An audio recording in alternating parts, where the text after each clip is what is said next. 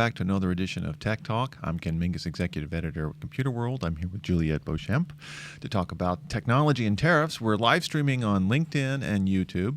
So if you've got a question or comment for us, leave it in the comments below. We'll try to get to it while we're on the air.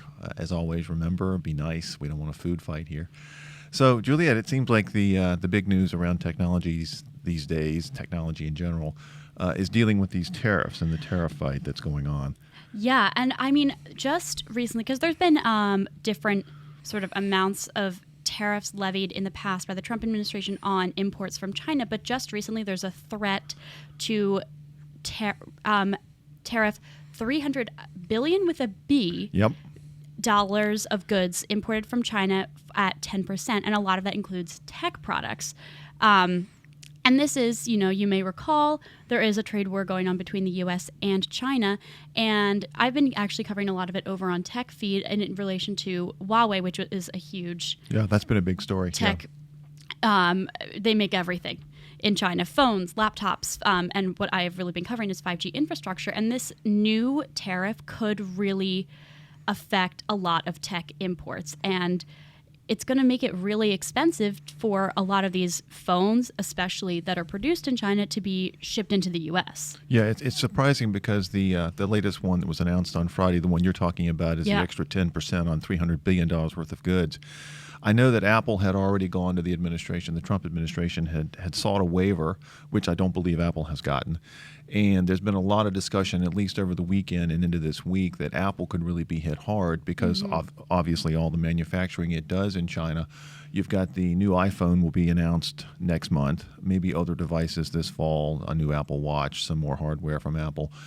And Apple is, right now going to have to figure out if this tariff is actually imposed. It hasn't been imposed yet. It wouldn't go into effect until September the 1st if it's going to happen. And, these things, there's a lot of bluster here, so we'll see. In fact, even today, the market has sort of stabilized. But, Apple is really sort of hanging out there as the one company that might really be immediately hit with products. I mean, and its products are already expensive to begin with. And not only that, it's really, Apple has seen as of late a decrease in iPhone sales. So correct. It's already hurting a little bit.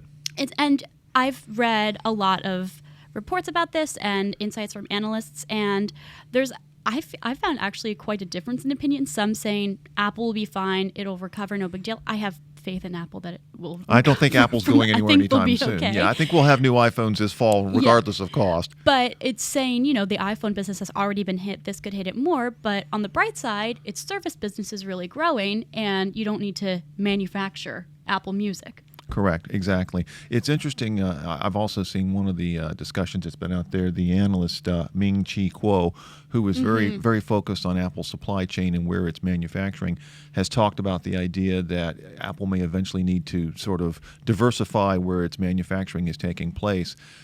In particular, moving some of it to Vietnam and even to India, which I was sort of surprised that those are the places that I guess, the workforce is there, the costs are low enough. I don't expect Apple to be moving manufacturing back to the U.S. because costs here obviously are going to be much higher. And if you think that $999 phone is expensive now, if it were manufactured in the U.S., it would be a lot more.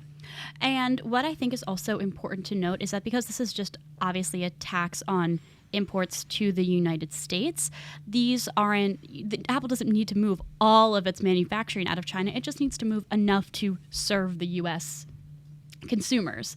And that is also, I think, something interesting to think about. Just because Apple's a U.S. company doesn't mean it's now has to pull out of China. It's a global company. It's not going to pull out of China. No. No, obviously not. And this is true for other companies, too. It's interesting. I did see some discussion. I think there was a Forbes story this week that noted that Samsung is more diversified.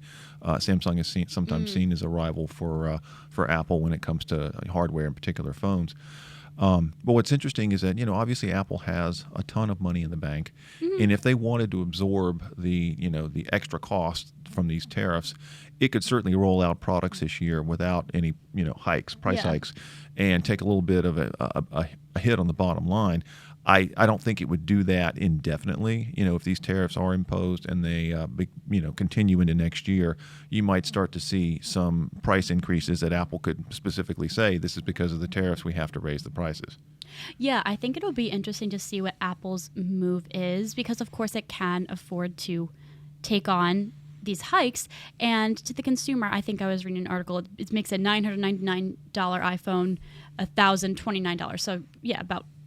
I'd pay the extra $30. I would, if I want my iPhone this fall, I'll pay the $30. But again, it's sometimes it feels like I'm already paying almost $1,000 for a phone. Now you really have to push me over the edge. But I think it'll be interesting to see what their move is and whether taking on all of the tariffs, to the cost of the tariffs rather than pushing them onto consumers, earns them quite a bit of good faith. Because they're holding the line on prices? Yeah, and I've actually seen stories from actually over at PC World. They had a story about PC laptop manufacturers sort of warning consumers, hey, if you're in the market for a new laptop or a new notebook, you might see an increased price this fall. Yeah, it's also, I wonder too if some of the manufacturers, especially the big ones, might actually turn this around and say, buy now and get ahead of the tariffs, It's back to school It's season. back to school, and if you want to avoid those tariffs, you have to act quickly. It is surprising, though, you don't really think about something like this, when you're thinking of economics and the global economy, and something as boring and dry as tariffs, as something that can affect the IT industry. And I mean, obviously, it would affect the entire economy. There's discussion that this could be a drag on the U.S. economy in general, and would also hurt the Chinese economy as well. But you do have certain companies, again, going back to Apple, that have really spent a lot of time and energy and money investing in China and investing in the supply chain and manufacturing there. And so right now, they're the ones that are most likely to be on the leading edge of companies that get hit if this really takes place. Yeah, it's definitely not going to be just an Apple problem. It's going to be probably the large majority of tech company problems that are importing heavily to the U.S. But on top of that, I mean, it could turn into a consumer problem, whether you're an individual consumer or you're buying, new MacBooks for your entire company. Everyone needs an upgrade. Well, exactly. And there are a lot of Apple devices and hardware, phones and MacBook Pros, et cetera, that companies are now buying. It's not just the consumer play that it used to be. Exactly. So this is the sort of thing that, I'm sure a lot of CFOs are keeping an eye on this if they're looking at next year's budget in terms of what they're going to be spending on hardware and trying to figure out whether their hardware, is going to be more expensive, and that's going to hit other corporate bottom lines. It's this sort of the spillover effect that starts in China, works its way through Apple and other companies, and then winds up hitting companies here in the U.S. Oh, absolutely. And I think, obviously we won't even know for sure if these are going to roll out on September 1. It really it could be anyone's guess. But even though some analysts are saying Apple's going to absorb the cost, that doesn't mean that their stock prices are staying unaffected. It actually did take a hit on Friday and again yesterday. I haven't looked at the stock market today to see how Apple's prices are doing now.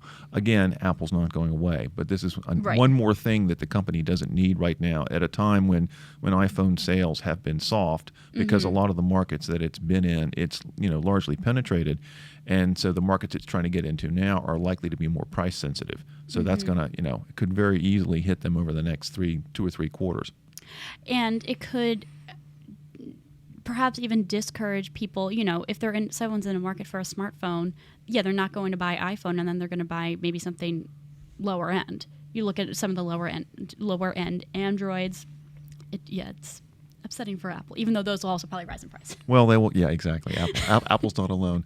That pretty much covers sort of what I wanted to get out there and let people know what's going on. Any other thoughts that you've got before we?